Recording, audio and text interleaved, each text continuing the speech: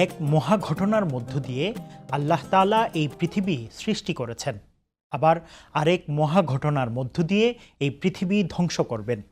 যে পৃথিবীতে বসবাসের জন্য মানুষ সীমাহীন সম্পদ গড়তে চায়, একে অন্যের উপর দখলদারিত্ব ও কর্তৃত্ব খাটাতে চায়, সেই পৃথিবীর ধ্বংসের ঘটনাকে আল্লাহ তাআলা নাম দিয়েছেন কেয়ামত। সেদিন আকাশ ভেঙে খান খান হয়ে যাবে, পাহাড়সমূহ তুলোর মতো উঠতে থাকবে, সাগর ও মাটি সমান হয়ে যাবে, আর কবর থেকে মানুষ বের হয়ে হাসরের ময়দানের দিকে ছুটতে থাকবে আর বলবে, ইয়া নাফসি ইয়া নাফসি, অর্থাৎ হায় আমার কি হবে, হায় আমার কি হবে। কেয়ামত এক মহা ঘটনা হলেও এর আগে কিছু ছোট ঘটনা ঘটবে, যা আল্লাহর রসুল বলে গিয়েছেন। আজ আমরা জানার চেষ্টা করব কেয়ামতের যেসব আলামত এরই মধ্যে প্রকাশ পেয়েছে এই সম্পর্কে। কেয়ামত শব্দটি আরবি, এর অর্থ উঠে দাঁড়ানো। এটি আরবি কেয়াম শব্দ থেকে এসেছে। নির্ধারিত সময়ে এলেই কেয়ামত সংগঠিত হবে। মহান আল্লাহ কেয়ামত সংগঠনের দায়িত্বশীল ফেরেশতাকে সিংগায় ফুৎকার দিতে নির্দেশ দিবেন। এক আঘাতে সব চূর্ণ বিচূর্ণ হয়ে যাবে, আর আকাশ বিদীর্ণ হয়ে যাবে, গ্রহ নক্ষত্র খসে পড়বে, গোটা পৃথিবী অন্ধকার হয়ে যাবে। ইসলামী শরীয়তের পরিভাষায় কেয়ামত বলা হয় ওই দিনকে, যেদিন সৃষ্টিকুল ধ্বংস হবে, যেদিন লোকেরা তার রবের সামনে দাঁড়াবে। কোরআনে কেয়ামতের আলোচনা।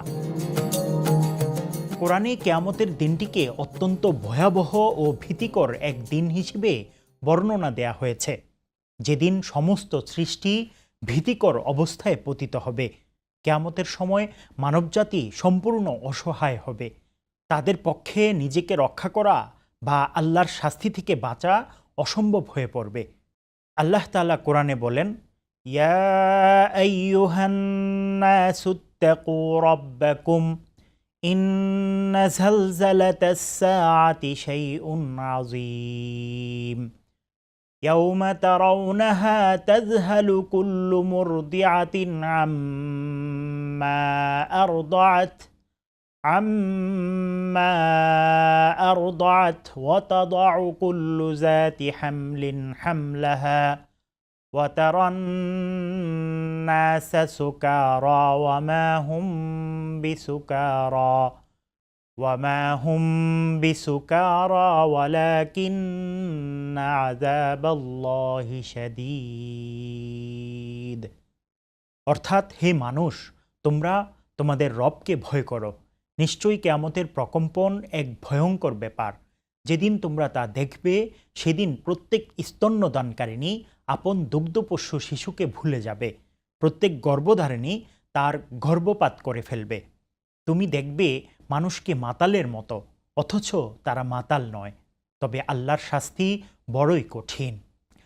আরেক আয়াতে মহান আল্লাহ বলেন, আল্লাহর সত্তা ব্যতীত সব কিছু ধ্বংস হবে, বিধান তারই এবং তোমরা তারই কাছে প্রত্যাবর্তিত হবে। মহান আল্লাহ আরও বলেন, কাফিররা বলে আমাদের উপর কিয়ামত আসবে না। বলুন, কেন আসবে না?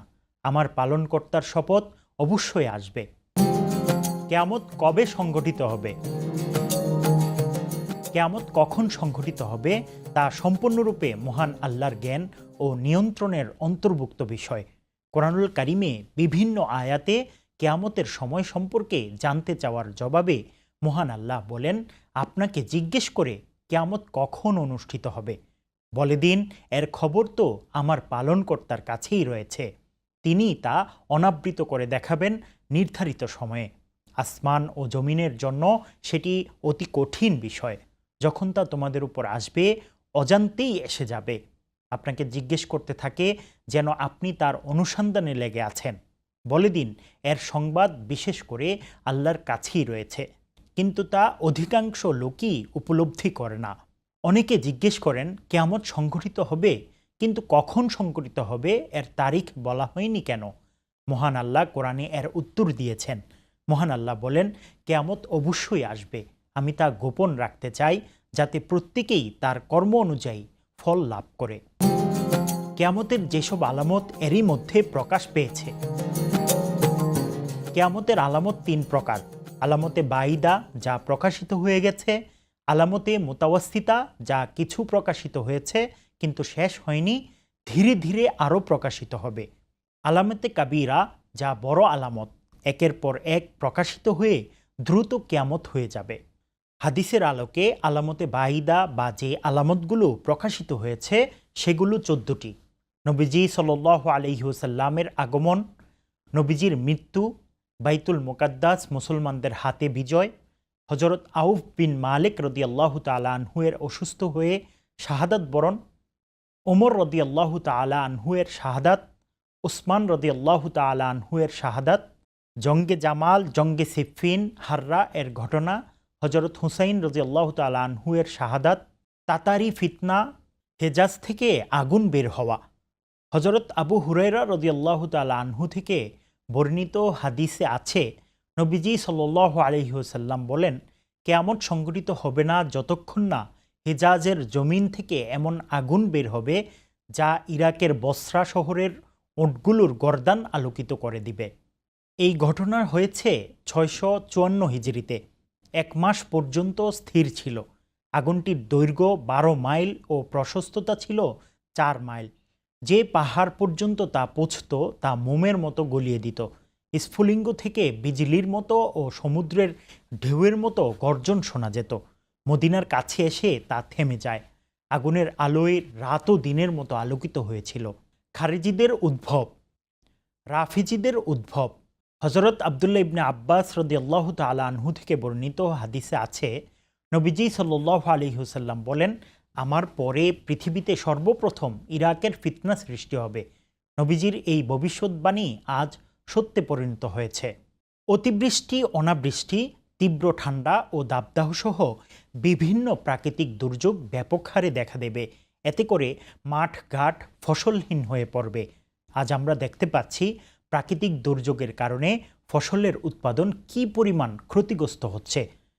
বিশ্ব খাদ্য সংস্থার তথ্য অনুযায়ী জলবায়ু পরিবর্তন ও প্রাকৃতিক দুর্যোগের কারণে 2015 সাল থেকে 2022 সালের মধ্যে ফসলের উৎপাদন প্রায় 20 থেকে 30% পর্যন্ত কমে গেছে।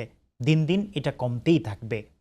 হজরত আবু হুরায়রা রাদিয়াল্লাহু তাআলা আনহু থেকে বর্ণিত হাদিসে আছে, নবীজি সাল্লাল্লাহু আলাইহি ওয়াসাল্লাম বলেন, মানুষের মধ্য থেকে যখন আমানতদারিতা উঠে যাবে তখন তোমরা কিয়ামতের অপেক্ষায় থাকো। বর্তমানে ধোঁকাবাজি, প্রতারণা, দুর্নীতি ও চুরি ডাকাতি এত পরিমাণ বেড়ে গেছে যে পৃথিবীতে আমানতদারিতা নেই বললেই চলে। যেসব আলামত প্রকাশিত হয়েছে কিন্তু শেষ হয়নি। হজরত আনাস রাদিয়াল্লাহু তাআলা আনহু বর্ণনা করেন, আমি তোমাদের সামনে এমন একটি হাদিস বর্ণনা করছি যা আমার পর তোমাদের নিকট আর কেউ বর্ণনা করবে না।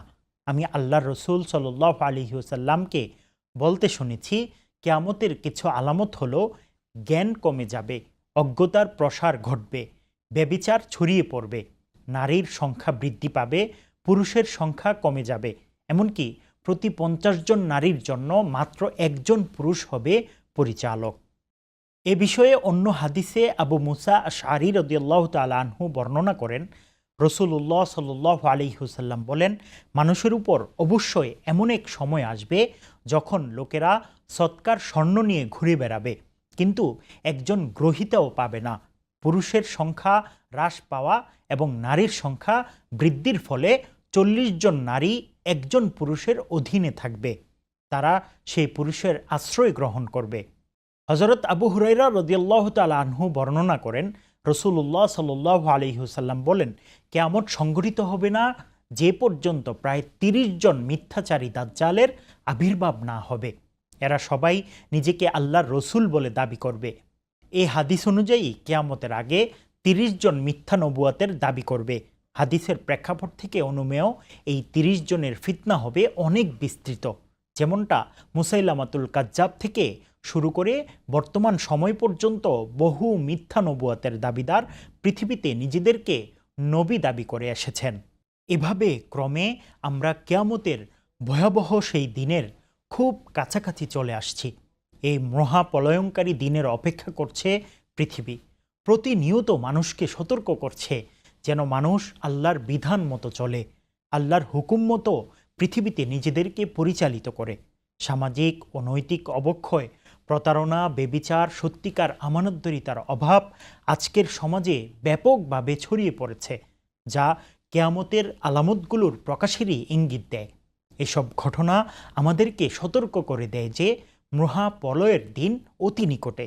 তাই প্রতিটি মুসলমানের উচিত কোরআন ও হাদিসের নির্দেশনা অনুসরণ করে জীবন পরিচালনা করা, যেন আল্লাহর নিকট পুণ্যবান হিসেবে হাসরের ময়দানে আমরা দাঁড়াতে পারি।